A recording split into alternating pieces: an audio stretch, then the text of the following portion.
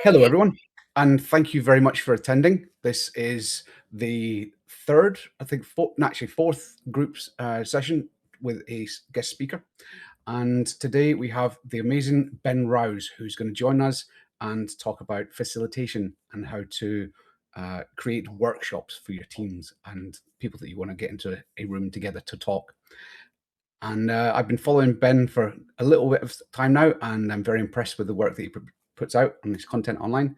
And I'm probably going to sign up for some training at some point in the future as well. So it's my pleasure to introduce Ben to the group, and I hand the floor over to you. So thank you very much, Ben. Thank you so much, Stuart. Really appreciate the invitation and the chance to share. Thank you, JR. Thank you, Wolfram, for taking the time to jump in. And obviously, hello to everyone who watches on the recording and afterwards. And hopefully there's some value for whatever your context is. Stuart's made you aware that the majority of you are related to cybersecurity space, but obviously that's not everybody. But my work's taken me across all sorts of sectors. And ultimately, wherever a group of people want to come together, share their expertise, make decisions, and do that in a way that is hopefully reasonably fair, equitable, and effective. That's where the facilitation comes in. What I will do, I'll share a few slides. It's not going to be a PowerPoint session throughout, but just a few things for context. And then I'll be jumping out into a Miro board as I share some of the methods and approaches that I use to plan for different groups that I work with, which often for me is executive teams doing strategy related work, but also includes a variety of different teams at different levels of organizations as well. So as I say, anyone who really wants to, well, let me get into the slides and I'll show you what I mean. So yeah, I call myself a facilitator, which I think a lot of people will know me for having an extensive range of sticky notes and pens. And there's always this dilemma about, is that is it a gimmicky thing or is it really, really effective? And for me, I'll talk about the reasons I use that type of medium. Also in virtual settings, things like a Miro board or something equivalent that has that same functionality available. So why facilitation? I'm aware that obviously within the community that you're in, facilitation sits in one of those 16 core skills. For me, my background is a maths teacher. So I taught secondary school or high school mathematics. And that meant that I had to facilitate groups of teenagers of uh, different genders and ages and try and get them focused on an outcome of learning mathematics for an exam or hopefully to take it a bit further. So that's where I suppose my initial facilitation work came from. That turned into training and has now turned into working with a variety of different settings across. Still do some work in the education space with education leaders, but also do corporate settings as well. I'll talk about my approach and I'll give you some example structures. So my aim was give you a bit of insight, but mainly give you things to take away and use in your scenarios. That's the aim. And I was looking through the community comments at sort of trying to sort of understand what the scenarios are that you're working in. And I will be asking that as well. So if you have any scenarios, meetings or workshops that you want to sort of specifically share and where your frustrations may lie, I'd be really interested to hear. But what I gathered from the community was that while this might be, so this was, go into Unsplash, search for meetings, you get an image like this, which is maybe sort of reasonably familiar. The purpose of my role and the aim of facilitation is to counter things like they've got their email open during the meeting. That may be a distraction. That may be something that undermines what we're trying to achieve in the time we got together. You might have the person that overshares or is too eager to talk compared to other people. So you've sometimes referred to as the hippo effect, the highest paid person in the room. When they speak, everyone just gives up at that point because the decision's been made. And then you've also got people that are more willing to share. It's not a bad thing, but there are equally people who are less inclined to share, but I think we all appreciate that the ideas from both those types of people and different personas around the room are really valuable to get out, and they don't always come out. So that's part of it.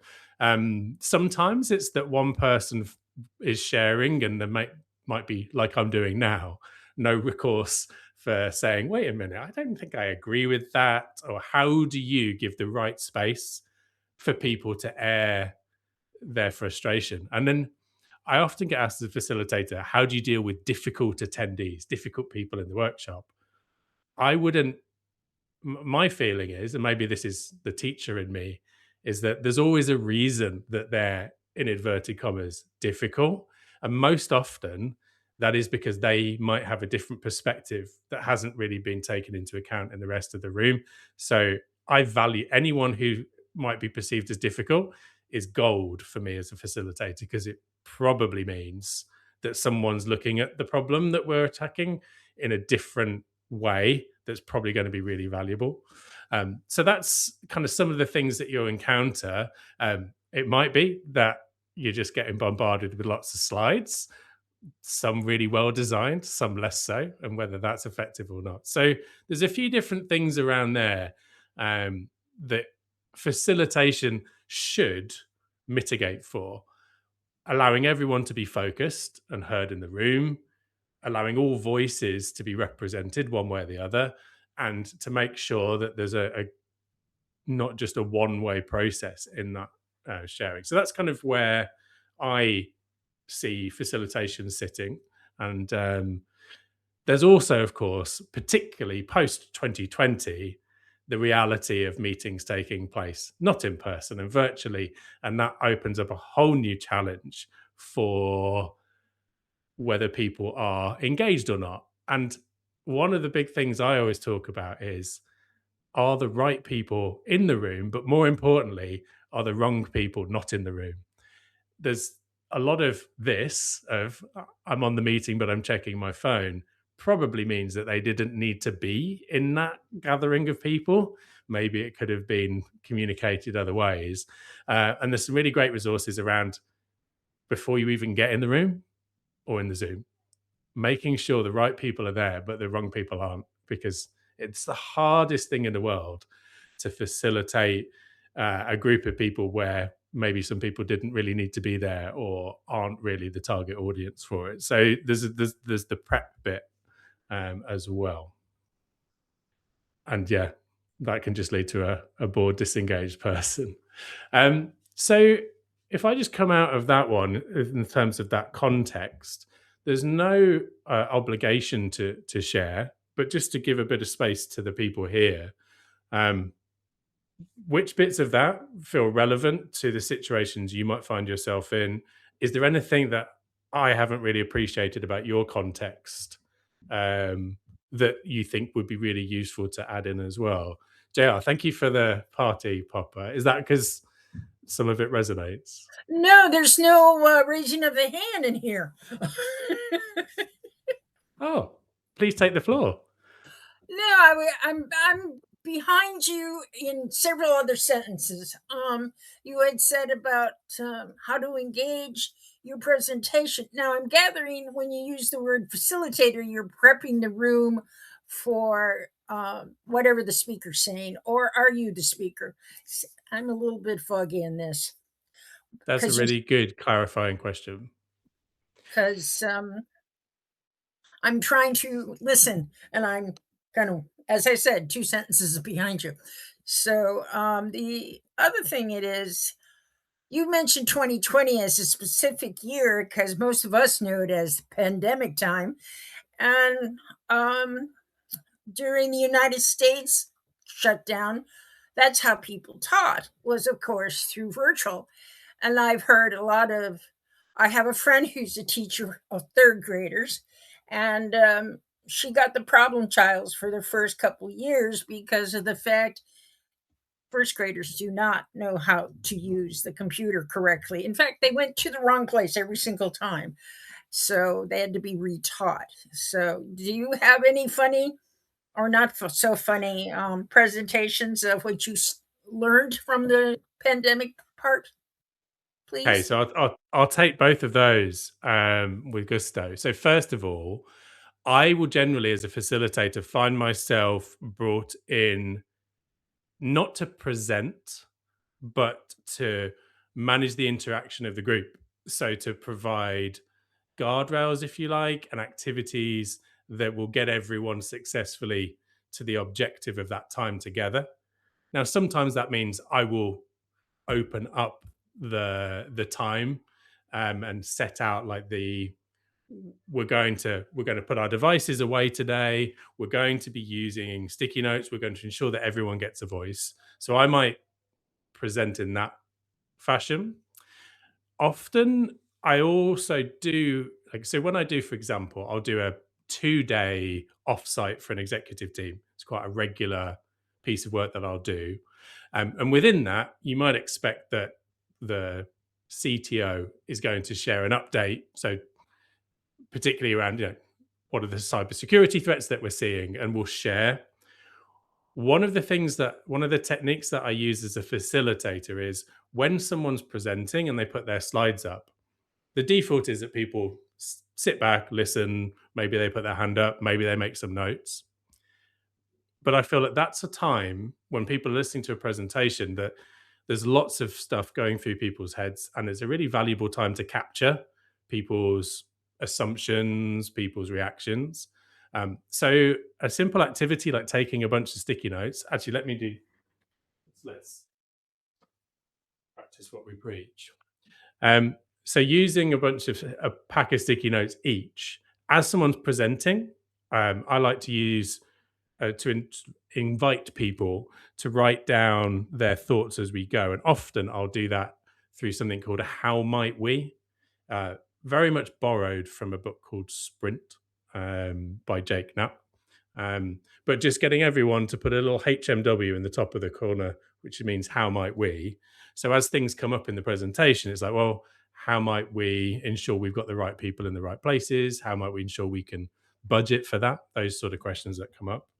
So I know I've answered it in a roundabout way. I'm not the speaker. I'm meant to be giving space for everyone to get to the outcome they want to. And I suppose when you're not in my position as a freelance facilitator, everyone finds themselves in that position at some point where you're chairing the meeting, you're leading the meeting, you're the one hoping there's a good outcome from the meeting, and you need to structure it in a way that it's not just a winding talking shop. And that's often where actually I find the executive teams that I work with, the first time they have an offsite, they enjoyed it a lot, but they're slightly worried about how all they ended up with was a hangover and no outcome. The second time they do the offsite, they reduce the partying and the enjoyment in favor of trying to be a bit more focused on outcomes, but they facilitate it themselves.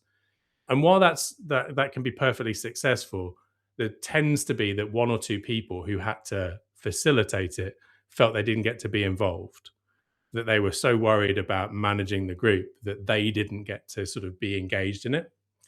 And then the third time is when an external facilitator like myself seems to be brought in. So it's just bringing in approaches, which I'll share in a moment, and activities that allow everybody to contribute. So at the end of the presentation, we've got a wall full of everybody's thoughts about it. And that saves the person who doesn't really want to interject, their thoughts are presented in that room, as well as the people who are more than happy to interject. And then the simplest activity you can take away, if you're not already familiar with it, is a note and vote. So everybody notes down everything, one thing per sticky note. You put them up, and then you get the little sticky dots out and give everyone sort of 5 votes each to vote for the thing that they think is the top priority. And then immediately you come out with a few key questions from any engagement. Note and vote. If you take one thing away, that's where I'd send you. But that may be really familiar to you. So, and I know you had one second question, which was, do I have any interesting experiences from lockdown? So I left the classroom in 2018. So I managed to avoid. I did 13 years in the classroom, but I managed to avoid trying to teach and engage young people through that medium. At that point, I was doing a lot of online training. So, but I can assure you, as much as first graders can't find the right place to be, I've I've had plenty of adults not find the right place to be as well. So it seems to be pretty consistent. And I always hear people say, well, kids are so technology sort of literate. They're technology literate with the one or two pieces of technology they want to be literate with. I find that anything else outside of that, they're the same as anyone else. Like burning cats. Yeah. Yeah, exactly that. Exactly that. If they want to go there, there's nothing that will stop them. Yes. Exactly. Really, thank you for that, Joe. I really appreciate those questions. They're really helpful to kind of make sure I'm not just. Well, this sort is of- my way of trying to funnel in what you're trying to say to me, so I won't. I got this teacher I tend to occasionally send. I have to behave. So, thank you very much, and I will let you continue. No problem at all. Thank you, thank you, thank you. So I wanted to raise a point that I had happen because it was related to what you said about the wrong people in the room. Mhm. I was running a workshop for a security gap analysis, is finding gaps in the security vulnerabilities, and we wanted to try and figure out where they are and close them. I invited 6 people to a workshop, and it was just to try and get them to talk about that specific area. They then invited other team members who invited other team members. That 6-person meeting or workshop turned into over 30 people on that one side. How do you address that when 30 people turn up to one where it's supposed to be a very small meeting? Yeah, it can be with difficulty depending on hierarchy and those things. But one of the key things that will often get mentioned by facilitators is setting and getting expectations. So often the only reason you know to set that expectation is because of an experience like your own, Stuart, where you didn't think to set that expectation. And Yeah. then obviously 30 people instead of 6 people turn up. Now, obviously, there's communicating. Like, for this to be valuable, use of everyone's time, it's only for said people. Just to give you a reference point outside of me, so forgive me one moment while I grab a few books that are going Sure. to relevant. In relation to that particular aspect, so particularly not just workshops, but also training, this book here, I don't know how clear that is, How to Design and Teach Workshops That Work Every Time. Yeah. So this one, it's actually also quite a manageable size, which I like.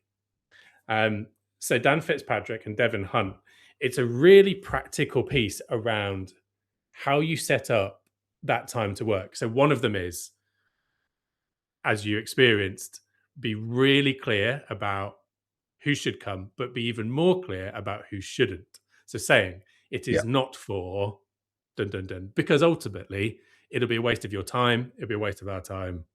This is going to be the most effective way to get a good outcome. Obviously, there's opportunities for, if you'd like to input anything that you feel is relevant from your point of view, send it here, submit it here, and we can address that and come back to you. So that's maybe the way to slightly appease people who feel like they want to be in the room. It can obviously, we all want our 2 pence worth, right? We want to be heard. And I think that's the key challenge, is setting that expectation of, you will be heard. You just won't be heard in this room today, because that's not going to be helpful, but we'll come back to you.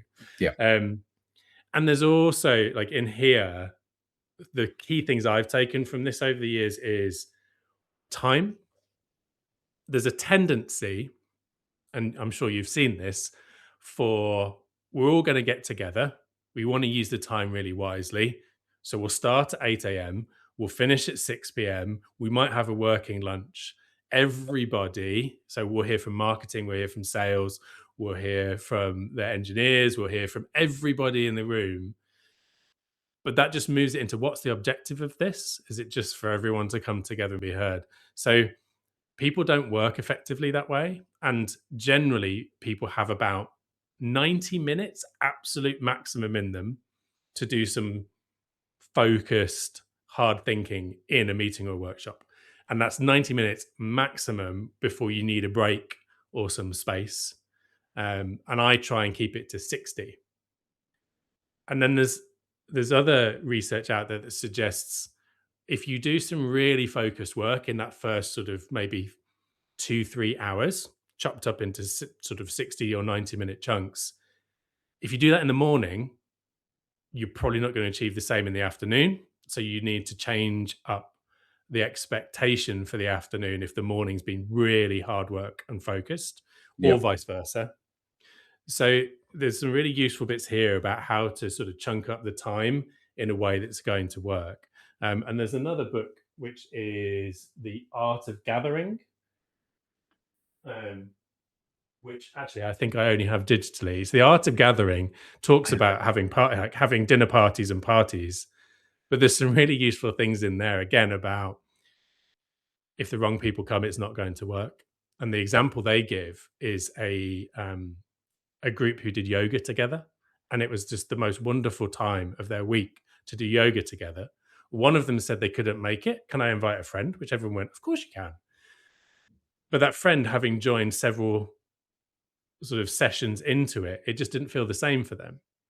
Yeah. They had to, it wasn't as natural. So there's a lot of group dynamics that you have to bear in mind. And I think that probably also for yourself, Stuart, you're ready for 6 people to be really focused. And then it just blows it all out of the water when more people turn up, not because they don't have something to offer, but because it just changes the dynamic entirely. Yeah. That's Perhaps great. could you possibly copy down those titles of the 2 books that you've already mentioned? Because me being in the US might find it, might not. So I'm going to be sharing a link to a Miro board, which has all of the links to the books in them. But I'll also make sure that it's shared in the most effective way possible. Actually, Stuart, I'm more than happy to just put a post in the community if that's useful with links. Yeah. Well, so what I'm going to do is put the recording of this in the community as well, so you can just drop it underneath the post of this one. Okay, I'll keep my mouth shut now. No. Thanks, Jan. As hopefully I've already opened the space to say that is absolutely acceptable. But yes, so this one really nice for structuring bits. Hi, Maurizio. So, hey, Maurizio, how do you do? Hello. So yeah, in traffic. Sorry, guys. I was really looking forward to this, but yeah, I was stuck. You're welcome. It's great to have you. Thanks for coming. Really, really good to have you along. So the parts that you missed were me introducing myself as a former maths teacher and trainer and now facilitator. JR asked a really good question around, so am I presenting to groups, or what does it really mean in terms of being a facilitator? And I was just sharing that I am generally with the group to help them come to an outcome that is desirable and allows them all to contribute. So that's sort of mainly we got to, and then I was just open for a few questions. So yeah, welcome, settle in, and if anything comes to mind, feel free to jump in and ask. Okay, so I've mentioned the Miro board a couple of times. So what I'll do is I'll share my screen and give you a view of that. So my plan is to share the link to this so you can make a copy of it, explore it, and use it as you see fit. To give you a little bit of context to this, a lot of my work is that organizations will ask me to join their teams for a day, 2 days, sometimes 3 or 4, when they're coming together and they've got a decision to make, they've got a strategy to create, they've got a pivot that they want to make. So that's where I will come in so that they don't have to do the thinking about planning. I'm providing them with a series of exercises that allow the group to bring all of their thoughts together, make some decisions, plan what they're going to do, and then go and deliver. So that's my role. But as Stuart, you've alluded to, there are people in organizations that are obviously have meetings, working with their team, that need that facilitation skill to try and get the best out of that time. And I know that a frustration with meetings seems to be pretty much universal wherever you go. If you can find me an organization that says they've got meetings sorted, then one, I suppose I should retire. But secondly, I'd love to know what they're doing, because it's an ongoing tweaking challenge. And I know calendars get full and then people clear them out, but then meetings creep up again along the way. So because of that, I created a course which was how to turn meetings into workshops. And hopefully it doesn't feel too overwhelming. It's a big Miro board, but I'll just sort of take you through the basics of it. So the course that I deliver is sort of, the slides are along the top here. And I've got a few activities that I'll do with the group. Some activities that I like to use, which I'll talk about in a moment. But this is kind of the key bit of what are the steps that I go through when I'm engaging with a group, whether it's planning a meeting or delivering a workshop. And the first bit and most important bit, which you've already talked about, is what's the point? What do we actually want to get out of our time together, rather than just meeting for meeting's sake or a workshop that's got no outcome? And who is it for? So who's the audience? For example, for a number of your community members, where they want to talk about cybersecurity in a particular way, having people additional to that may not be helpful for the conversation. So defining that audience is something that I'll always want to sort of do. Who have we got in the room? What do they want to get out of it? Is that first step. So if you want to make a copy of this when I share it out, the aim would be that when you've got an engagement coming up, you can go through and sort of answer these questions for yourself if you're planning it, or with your team. The next bit is then around that setting and getting of expectations. So Stuart, your example of planning for 6 people and 30 people turning up, and sort of realizing next time round, I need to be really clear about not inviting everyone. And there's a little process here about thinking about, well, what are your assumptions? So your assumption was the people I invite are going to come. The people I didn't invite are not going to come. But that didn't turn out to be the case. Your expectation. So a lot of the time, my expectations is that we're all going to be fully engaged, but I'm going to give you lots of break time to get back to your emails, to check in on the work that you're doing. So those sort of things are where you might come from. But I will often engage with a group where I will speak to, so I do one-to-one calls with every team member I'm doing a workshop with prior to the workshop. And a fair amount of the time, when I say, oh, I'm going to be facilitating the workshop you've got in 2 weeks or in a week in your calendar, what do you know about it? The answer will be nothing. I know it's in my calendar, but other than that, I've got no information. So you might assume that it's the biggest thing in their world, but often it's not as well. So trying to get into an understanding of their assumptions about it. I had a really, really useful call with an executive team member who I sensed, I don't know, I just sensed that maybe they weren't enthusiastic about the concept. And eventually I got them to, I teased out of them that they said to me, to be honest with you, Ben, I think external facilitation is an utter waste of time. Which is obviously really exciting to hear, having, in a week's time to go and facilitate them from an external perspective. But that was the most useful bit I got from the one-to-one calls ahead of time. Because had I not done that, I would have walked in not knowing that that was his perspective, and sort of spent half the day wondering why he seemed quite off with me. But we were able to get that out. So getting inside and sort of what's their assumption. A lot of people have had bad workshop experiences. Role play often comes up as an example where people said, I hated it because it was a role play. So just understanding what their expectation of what it is and what it isn't. is really useful. I love that you do the one-to-ones beforehand. That's really powerful. It's good to know that one.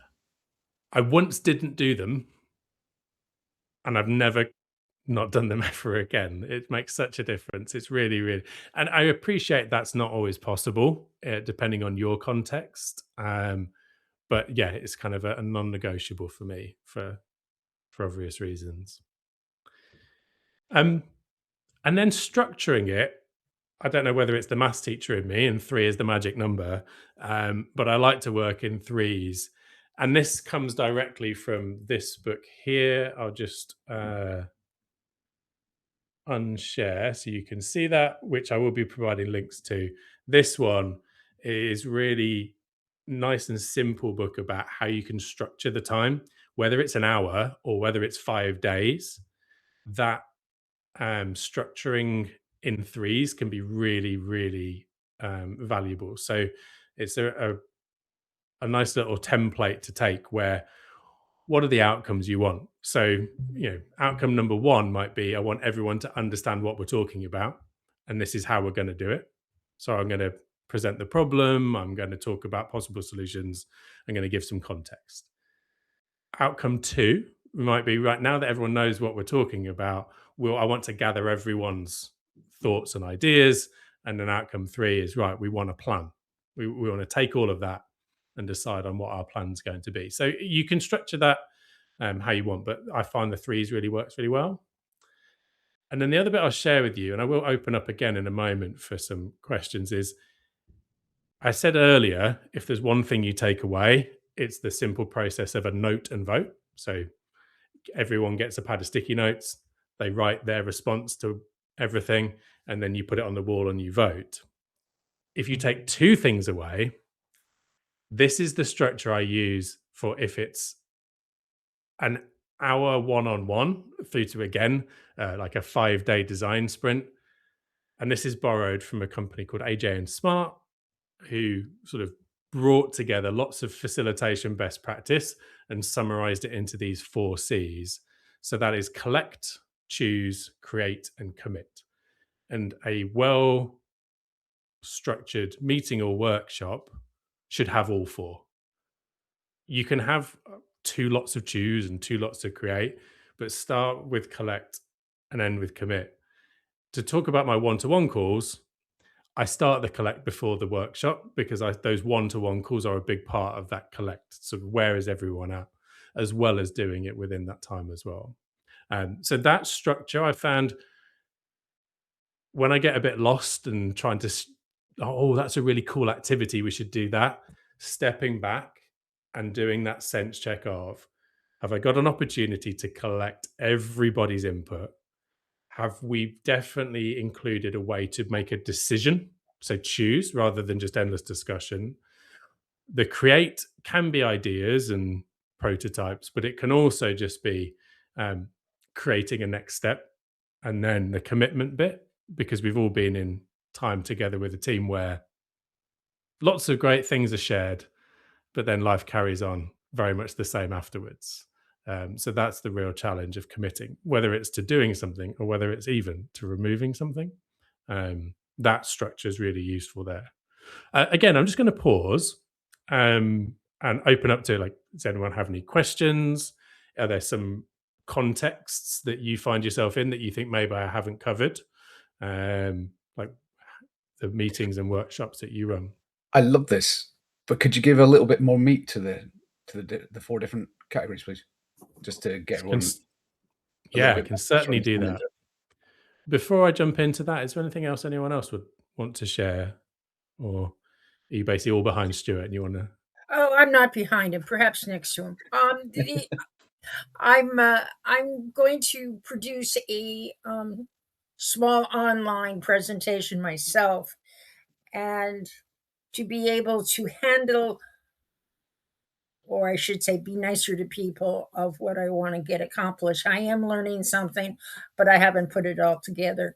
Right now, I'm still checking virtual,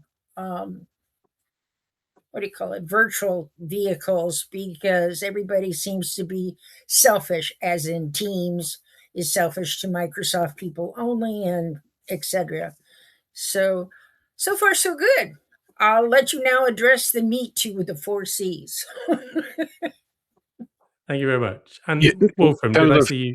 Yes, in terms of ideas or comments to that, what I find fascinating is your first element is collect. And you said earlier that if the sort of hippo effect of the most senior person speaking first, and that's something that deeply resonates with me because if you have read things like Daniel Kahneman, Thinking Fast and Slow, and also his more recent book Noise, then the whole aspect of anchoring can be so damaging because you want the creativity in the room, but if the person with the sort of highest salary comes in and dominates, then it becomes socially and professionally expensive to then speak up with opposing ideas or with criticism or interjections.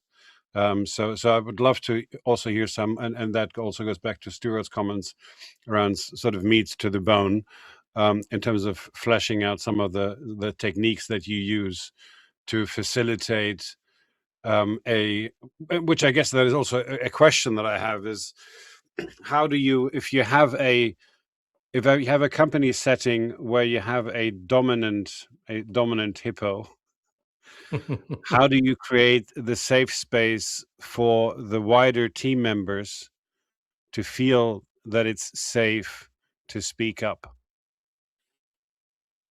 Yeah, if I can sort of touch on that first and then come back to the meat on the bone. So I am generally an external person coming in, which affords me some flexibility to say things that incumbent team members may not.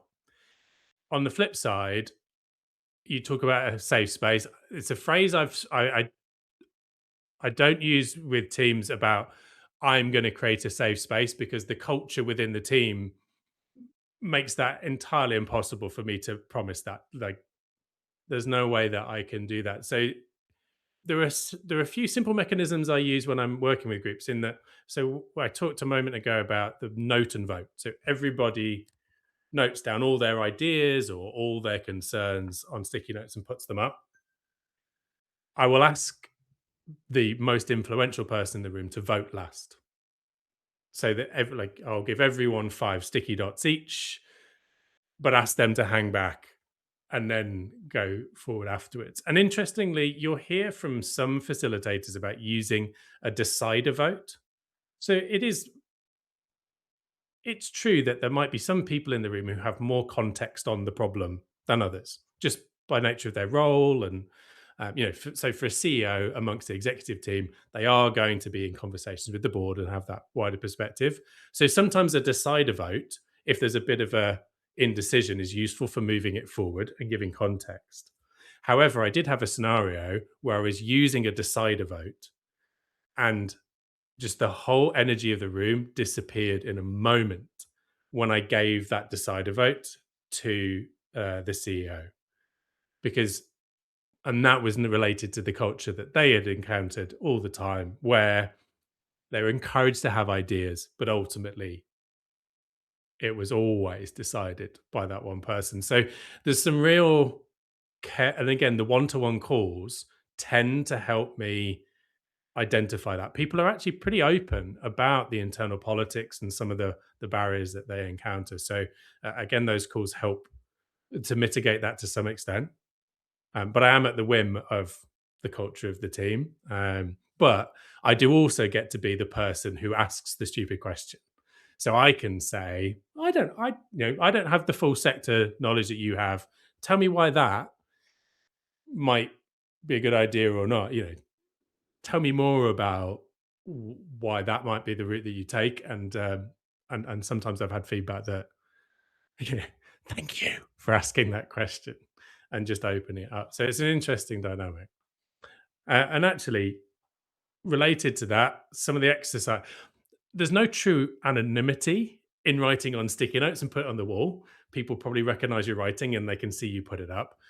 Using a Miro board does provide another level of that for people to actually share their thoughts without it being attributed to them. And that can be really useful for outing assumptions that have maybe been sort of put in. So, Stuart, to give you an example of some more practical bits, let me find the right bit. Apologies if this feels a bit seasick inducing as I move around. I'll try and be fairly consistent. Okay, so has anyone ever taken part in a sailboat activity where you initially, so if it's a great opening activity, it's a great collect activity. It can be used like if you've got a team debrief, it's a really good way. If you've got a weekly cycle with the team, it's quite useful. It equally works on a bigger scale as well. So the first thing is asking everybody to write down the things that are putting wind in their sails. So if it's a weekly meeting that you have, it might be, okay, what's put wind in your sails last week in your role? If it's a particular project, it might be what's working well. So everyone shares the things that are working. You list them all, and you get this above the waterline sort of collection of everything that's going well. So that's a really nice collect bit. I always start with the positives because there's a danger of forgetting what's working when you're doing activities like this. If you want to get really expansive, you can sort of, I don't know if you can see behind me, there's a bit of a lighthouse and some rocks. So you can expand in the metaphor to have things on the left being sort of day-to-day problems and graduate it through to the right-hand side where maybe these are the things that are really sort of feel like big, exciting, innovative changes that are happening. Once everyone's done that, you then ask them to do the same, but this time, what's holding you back? So the anchors. And once again, you can graduate below the waterline. You can have sharks, you can have rocks to represent risks and barriers and threats. So there's also the chance to combine it with things like a SWOT analysis or different sort of frameworks you might be familiar with. But on the second run, when you ask for the anchors, you'll do a voting process. So in this case, you would say to everyone, right, let's have a vote.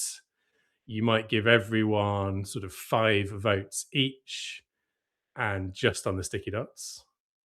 Let me just adjust that one. And so that's how it would work in the Miro situation.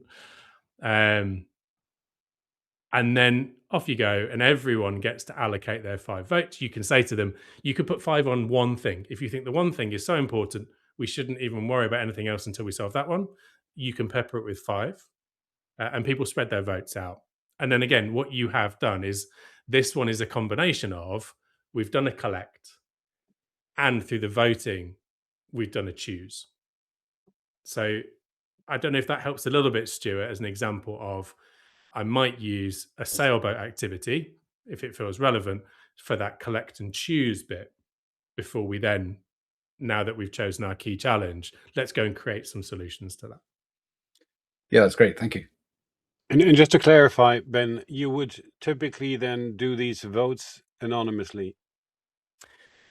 So through Miro, absolutely, people can vote anonymously. In person, Difficult, it really yeah. it doesn't happen that way. So you are, as I say, I'll try. I've hopefully had that conversation with the CEO on the one-to-one of like, when we do the voting, you'll vote last. That allows everyone the freedom to put them where they want. When you get above a group of about even 5 or 6, it's hard to find a space where everybody can vote at the same time. There are ways that you can get everyone to like read them all, don't vote yet, read them all, don't vote yet, now vote.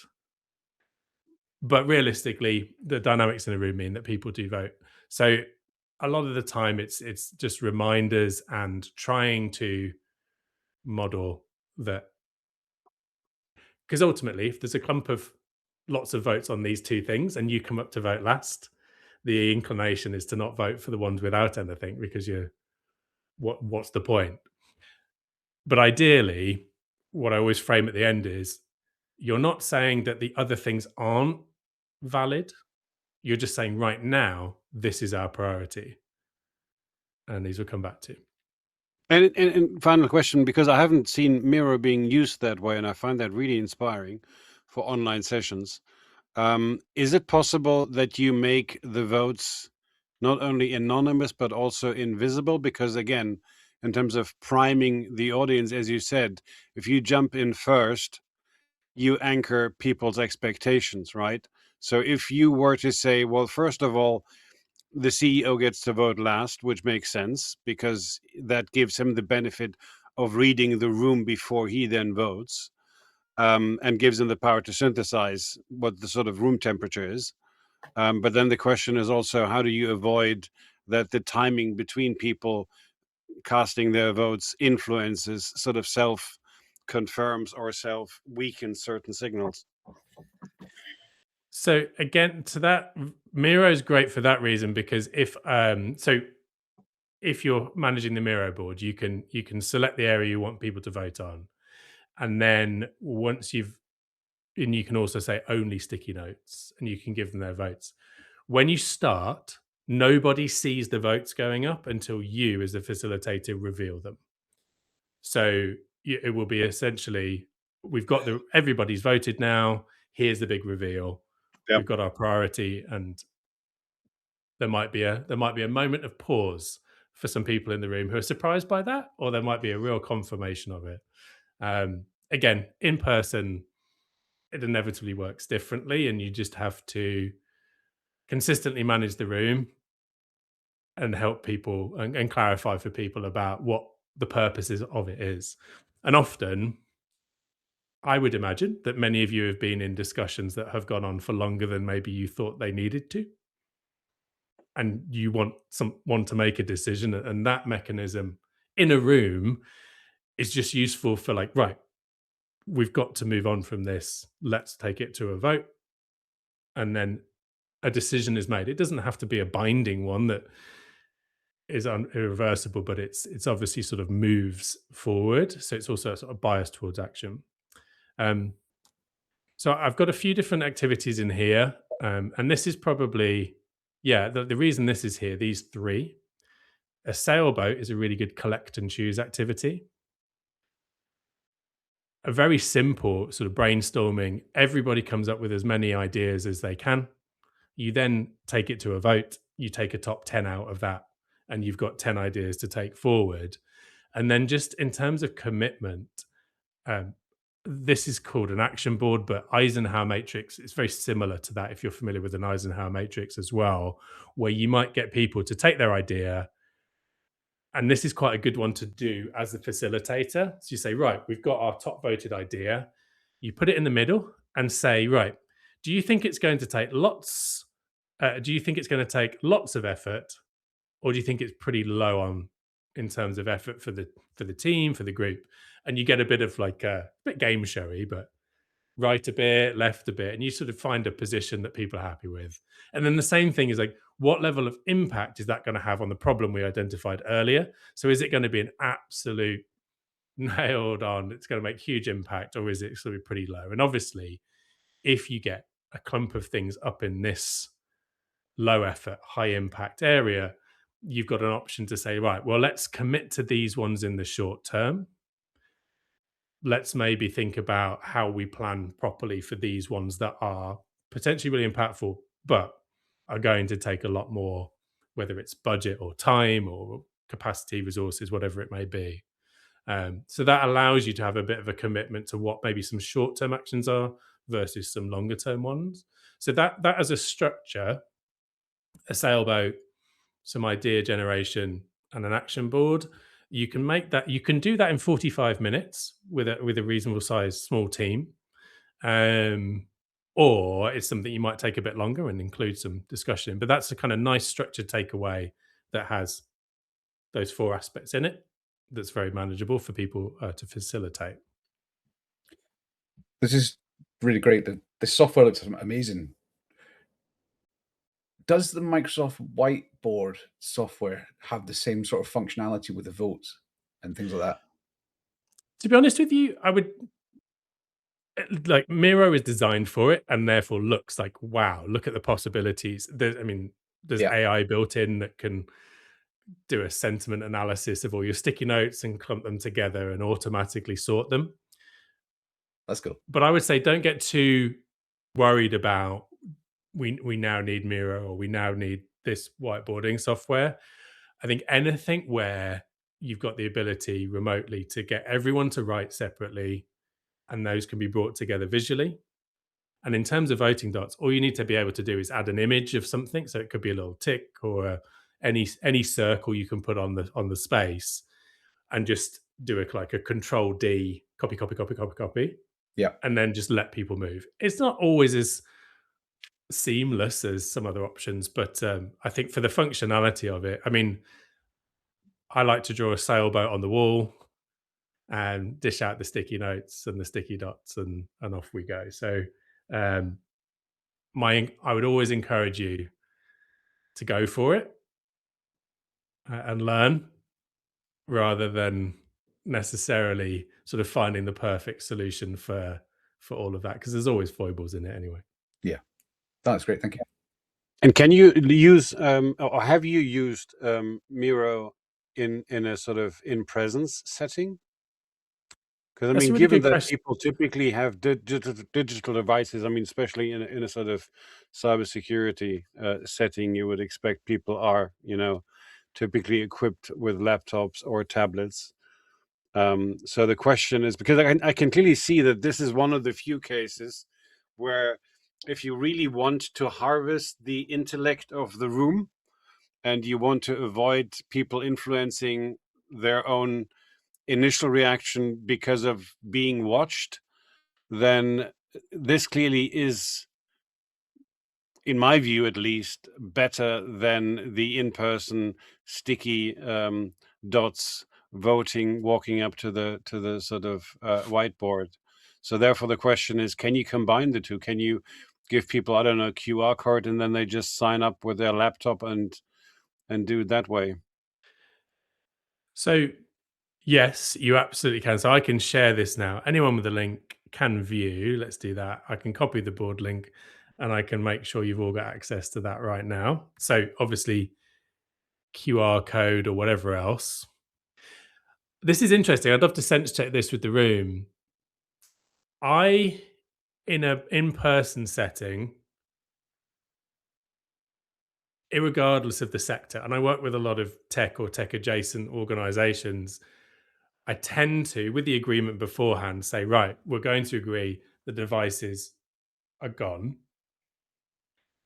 mainly because it tends to allow people a bit of like, oh, I've got an email notification, that looks really important, and get distracted. There are some cases where I've had people say, we've got 5 people in the office, but we've got about another 3 or 4 joining remotely. Hybrid is really difficult to facilitate. Not impossible, but it really, really is hard to have equity for everyone. And therefore, in that scenario, I would say to everyone in the room, we're going to be on Miro, because that's the best way to be inclusive of the people who aren't in the room. But inevitably, there's got to be conversations in the room which can feel slightly exclusionary of the people joining remotely. If I've got everyone in the room, I tend to go analog sticky notes, because I value that connection sort of between the room. But I completely understand what you're getting at, is that, well, actually, some of the downsides of in the room are the influence people can have on each other, and that might mitigate it to some extent. So that's my take. But I'd be really interested to know if people, I don't know, where they naturally fall on that one. I like the idea of being present and having everyone on the whiteboard. It's more interactive, but I get why you wouldn't want to do that in certain situations. But I do like it. Avoid the boss. Give him a scenario of after the fact. I just look at the fact of, if the boss scares everybody, for obvious reasons, then why not after the presentation you've done your job, which is whatever, that you present a summary of what was suggested in the meeting, and he doesn't know the better or the worse who even suggested what. It's just really unfortunately, I really think when the boss is so evil, so to speak, that they shouldn't even be invited to the party. They should pay the bill, but not the party. I mean, fundamentally, right, there's some issues beyond any workshop or meeting in that scenario. There's another book I'll reference. Oh, by the way, I'll just quickly share again because I'm about to mention another book. And I will share all these links, I promise. So these are all the ones, these are my go-to books. So I think I've already mentioned, sorry, pardon me. I've already mentioned these two. So How to Design and Teach Workshops at Work Every Time. The book Sprint is based on a 5-day design sprint created at Google and used in Google Ventures. And they're still sort of using that today. There's a 4-day version, of course, as these things go. But there's loads of really great activities in that sprint book, some of which you'll recognize from what I've shared already. And then I don't know if anyone's ever seen Game Storming. That is just full of activities you can take in. But I find the 4 C's structure is really helpful for slotting those together. And Liberating Structures is over on the left, which again is a collection of various activities you can use in small and large group settings. But I was going to mention a different one, which is The Power of Moments by Chip and Dan Heath. I don't know if anyone has heard of that. So to quickly summarize, they have got this notion of tripping over the truth. And the reason I mention that is, JR, to your point, can you get the boss to trip over the truth?